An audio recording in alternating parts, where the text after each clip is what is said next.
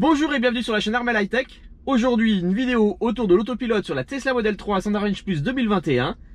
Générique.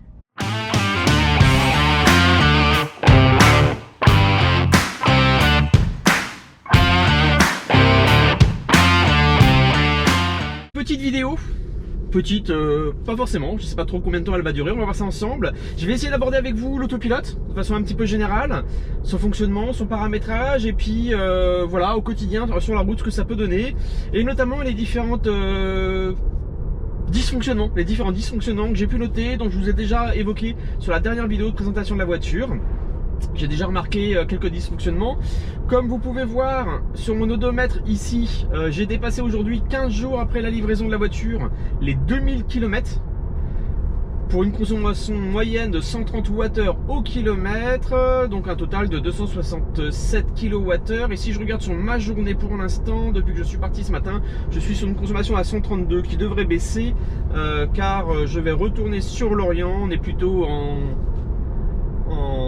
en pente négative, donc le retour. Alors, l'autopilote. Donc déjà, au niveau des paramétrages sur l'autopilote, sur l'écran, donc on a tout un menu qui est dédié sur l'autopilote. Donc c'est là où on active l'assistance au maintien de cap, on est en version bêta, l'aperçu de l'avisation de conduite entièrement autonome, donc c'est ce qui va nous permettre de voir afficher sur cet écran les panneaux,tages, les lignes de stop, les feux, etc. De savoir si pour le régulateur de vitesse on le met en limite de vitesse ou en vitesse actuelle. Ça veut dire que vitesse actuelle, quand on l'enclenche, il va garder en mémoire la vitesse à laquelle on met en place le régulateur, donc notre vitesse réelle, et limite de vitesse, il va s'aligner sur la limitation de vitesse sur la route. Moi je préfère ça. Je teste, c'est vrai que jusqu'à présent sur toutes mes voitures j'étais plutôt en vitesse actuelle, hein. Enfin on n'avait pas le choix du paramétrage, grâce à Tesla on peut le choisir, et donc je teste depuis la livraison de la voiture le système de limite de vitesse.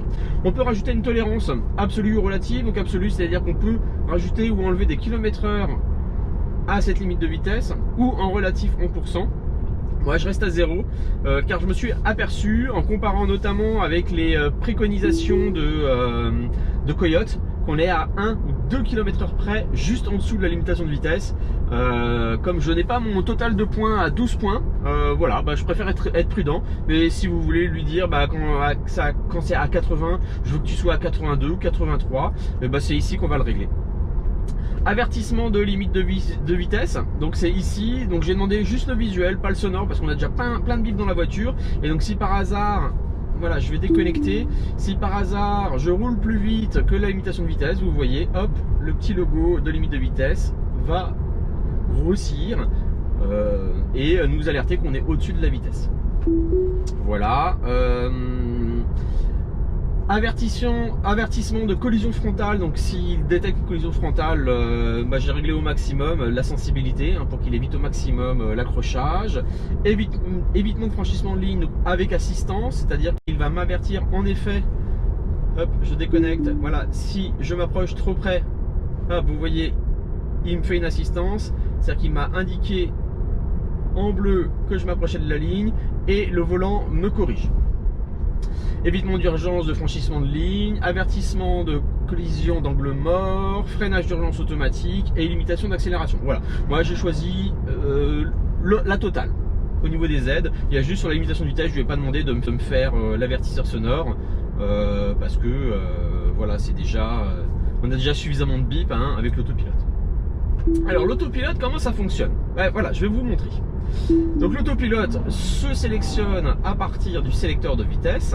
Donc une fois qu'on est en route, une pression vers le bas nous active le régulateur de vitesse. Donc là il a détecté que la limitation de vitesse était à 80 km/h, donc il se met à 80. Et comme je ne vais pas demander de plus ou de moins, on est bien à 80. Donc voilà.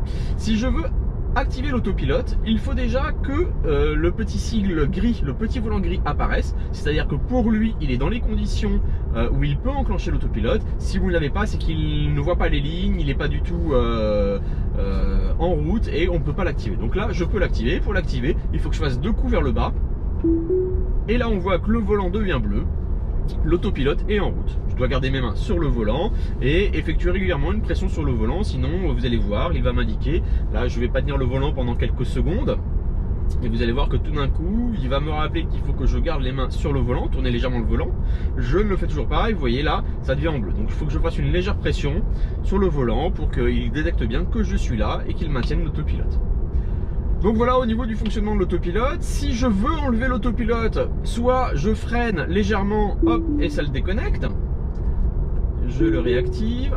Soit je fais une pression vers le haut du sélecteur de vitesse et il me le déconnecte. Voilà. Ce dernier mouvement, je ne trouvais pas justement comment, en dehors du frein, le désactiver. J'appuyais sur le bouton parking qui peut aussi le désactiver. Alors là, vous voyez, il me dit frein dérange serré. C'est pas une commande qui le fait, mais bon, ça le désactivait. Et en fait, j'ai regardé assez récemment des vidéos de Nikola Tesla sur différents tutoriels qu'il a fait sur la voiture. Et j'ai relu sa vidéo qu'il avait fait sur l'autopilote et c'est là que je savais qu'il y avait une commande à faire, je ne trouvais plus laquelle. D'ailleurs, je vous mettrai en fiche et en lien la description de ce tutoriel. Il en a beaucoup d'autres à côté. Moi, sincèrement, je vous le conseille. J'avais vu ces vidéos avant d'avoir la voiture. Sincèrement, moi, je trouve que c'est intéressant, après quelques jours à avoir la voiture, de les re-regarder. Parce que on a commencé à trouver des trucs, etc. Et il y a parfois des petits détails qu'on a oubliés. Et là, Nicolas a vraiment fait quelque chose de très complet. Merci à toi, Nicolas. Donc l'autopilote, comment est-ce qu'il fonctionne? Comme je vous l'ai dit, il va se positionner par rapport aux limites de vitesse. Et les limites de vitesse qu'il va utiliser sont en grande majorité les panneaux qu'il a vus. De temps en temps, s'il n'a pas l'information, il va se fier, je pense, à une base de données GPS. Mais essentiellement, c'est la lecture des panneaux qui l'utilise pour l'autopilote. Je vais vous montrer un peu plus loin. Sur mon trajet, j'ai des configurations de route qui le mettent en difficulté. A tout de suite. Ça fait déjà quelques kilomètres que je suis sur mon trajet. L'autopilote fonctionne très très bien. Je ne suis pas encore sur les zones qui posent souci. On va voir prochainement arriver quelque chose que je vous expliquais dans la dernière vidéo, notamment quand j'ai la voie qui se dédouble sur des zones de dépassement départementales, ça arrive de temps en temps. Et sur le fait que voilà, l'autopilote, lui, va rester collé à la file de gauche, alors que dans la logique, il faudrait que, sauf si on est amené à dépasser une voiture qui est devant nous, là vous voyez bien, c'est pas mon cas, j'ai personne devant moi, par contre j'ai une voiture qui est derrière, mais voilà, l'autopilote va vouloir me faire rester à gauche et ne va pas choisir d'aller sur la file de droite. Je trouve que c'est un défaut. Elon, si tu m'entends, ce serait bien que de pouvoir corriger ce phénomène là et de pouvoir serrer un peu à droite. Tesla Alsace, qui a le FSD, a très souvent dit, notamment quand il arrive sur les zones de péage, où voilà, la voiture va rester sur la file de gauche, va pas savoir quoi faire, etc. Alors que l'idéal serait quand même de serrer à droite. Voilà, on arrive sur le secteur, sur la zone. Donc vous voyez bien, j'ai mes deux voies qui se forment pour créer une zone de dépassement. Je lâche le volant, vous allez voir ce que fait. Alors, il va un peu sur le centre, il voit pas trop, hop, il retrouve le clean, et voilà, il va choisir la file de gauche. Clairement, c'est pas le comportement qu'on attend. Je me rabats sur la droite parce que j'ai le véhicule qui est derrière moi, je voudrais pas trop le gêner, mais je pense que lui va me doubler parce que je roule à la limitation de vitesse. Voilà. Donc je réactive l'autopilote. Voilà, j'étais sur la mauvaise file, voilà. J'étais à cheval sur la ligne blanche et donc il refusait de m'activer l'autopilote. Voilà. Là, si je le lâche, vous voyez, j'ai quand même eu une correction assez sévère. C'est ce que je regrette aussi, c'est un deuxième défaut je trouve, c'est que les corrections, si j'active, je vais désactiver tout l'autopilote, si par exemple je suis un peu sur la droite, voilà, que j'active l'autopilote, paf, tout de suite, il me fait une correction assez vive, assez rapide, assez brusque, pour me ramener au centre de la voie. Là aussi pour moi c'est un deuxième défaut, je trouve que il faudrait que ce mouvement soit plus progressif, moins brusque. Voilà, on va arriver aussi sur une zone qui est assez technique, des grands carrefours comme ça sur une départementale où les routes se croisent. Je vais lâcher le volant et vous allez voir, bien sûr je reste attentif, mais vous allez voir, hop, l'autopilote, tac, qu'est-ce qu'il va faire? Ah regardez, hop, petit coup de volant sur la gauche, il n'a pas trop compris où c'était, il est revenu, etc. Mais on voit que il a été hésitant à un moment et voilà, donc il faut vraiment se méfier, méfiez-vous avec votre voiture, surtout vous qui allez prendre en livraison vos véhicules prochainement. N'ayez pas totalement confiance dans l'autopilote, ayez toujours une main sur le volant, un pied sur le frein, sur l'accélérateur, pardon. pour pouvoir corriger ce genre de choses. Ça peut être soit des freinages fantômes, ça peut être soit aussi des corrections intempestives sur la nationale en 4 voies. À un moment, il y a une sortie de la 4 voies et je sais pas pourquoi, il pense qu'il faut la prendre. Au dernier moment, il s'aperçoit que c'est non et là, il fait vraiment un très gros écart pour revenir. Il faut se méfier, voilà, il faut toujours rester vigilant, c'est quand même nous le pilote. Je vous reprends. On continue à avancer sur le trajet. Petit point de consommation, là j'ai une grosse montée, mais vous voyez j'étais à 96-97 Wh au kilomètre sur les 30 derniers kilomètres, c'est quand même assez impressionnant. Si on regarde, je remets l'autopilote, pardon. Si on regarde les consommations sur les 10 derniers kilomètres, je suis à 50 derniers kilomètres, je suis à 109 Wh, 25 derniers kilomètres, je suis à 84 Wh. Vous voyez, c'est typiquement les profils que l'on a sur ce secteur en centre-Bretagne. On est vraiment dans les contreforts des monts d'arrêt. Et beaucoup de côtes, beaucoup de descentes. Ça fluctue beaucoup, vous voyez j'ai une grande côte, là on voit la consommation qui a fortement augmenté. Voilà, le régulateur adaptatif, il a bien vu le fourgon que lui interprète comme un camion qui est devant, il adapte sa vitesse en distance de sécurité. Je vous rappelle que si vous voulez régler la distance avec le véhicule devant, c'est avec la molette de droite du volant et puis on peut agrandir ou diminuer la distance. Voilà, j'espère qu'il va bien me laisser passer. Voilà, tout va bien, on a passé la zone. Voilà, donc là vous voyez on était sur une zone à 90, on vient d'arriver sur une zone à 80, il a bien vu le panneau, on est bien repassé sur les bonnes limitations de vitesse. Ici c'est super important parce qu'un peu plus loin j'ai un radar automatique de chantier. Ce serait dommage de se faire prendre. Les points, c'est pratique au quotidien. Hop, je touche le volant, voilà.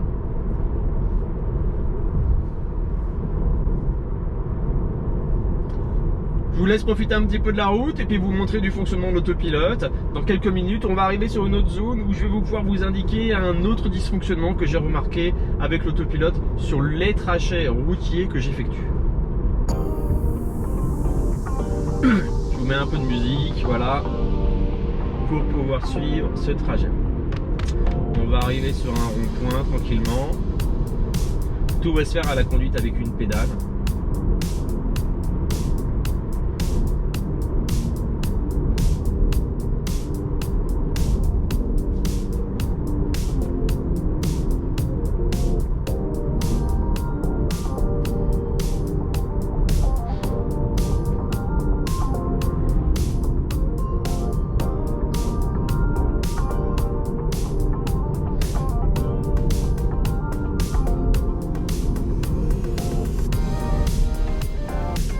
Rien, c'est la voiture qui gère tout.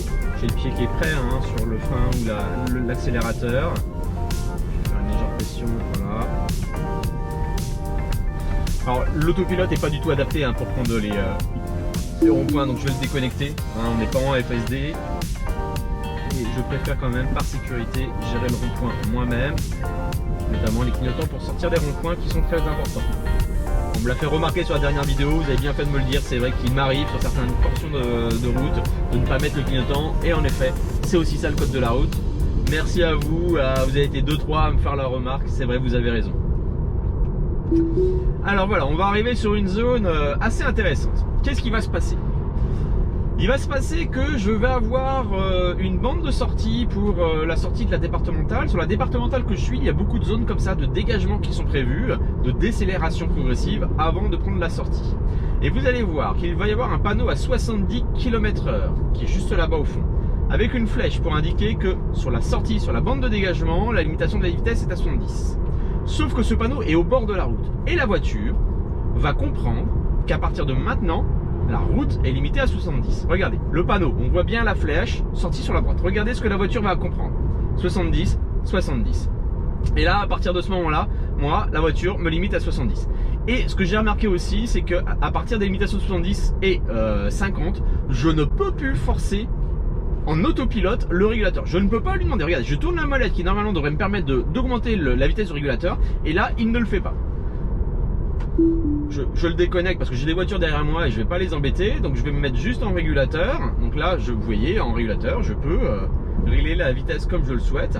Il m'indique bien que pour lui, je suis en excès de vitesse, que je suis au-dessus de 70, sauf qu'il n'a pas compris que le 70 ne nous concernait pas. Et là, je trouve qu'il y a un vrai dysfonctionnement. Il n'a pas su interpréter dans sa lecture la flèche qui indiquait que la limitation de 70 concernait la voie de droite qui sortait. Premier dysfonctionnement. Et deuxième dysfonctionnement, il ne compare pas ces indications de panneaux avec des indications de GPS. La Volkswagen ID.3 que l'on possède a un régulateur adaptatif et toute l'adaptation des limitations de vitesse sont faites par rapport à des enregistrements GPS des limitations de vitesse, qui est très efficace d'ailleurs parce que la voiture va ralentir en arrivant sur un rond-point, va ralentir en arrivant sur un carrefour, etc. Que la Tesla pas du tout, hein. La Tesla elle va commencer à ralentir une fois qu'elle a passé la limitation de vitesse, alors que la Volkswagen va anticiper cette limitation de vitesse et elle peut le faire grâce à un positionnement GPS. Et donc je ne comprends pas qu'il n'y ait pas ce correctif possible, comparaison en disant tiens j'ai vu cette limitation, tiens sur le GPS dans ma base de données j'ai ça.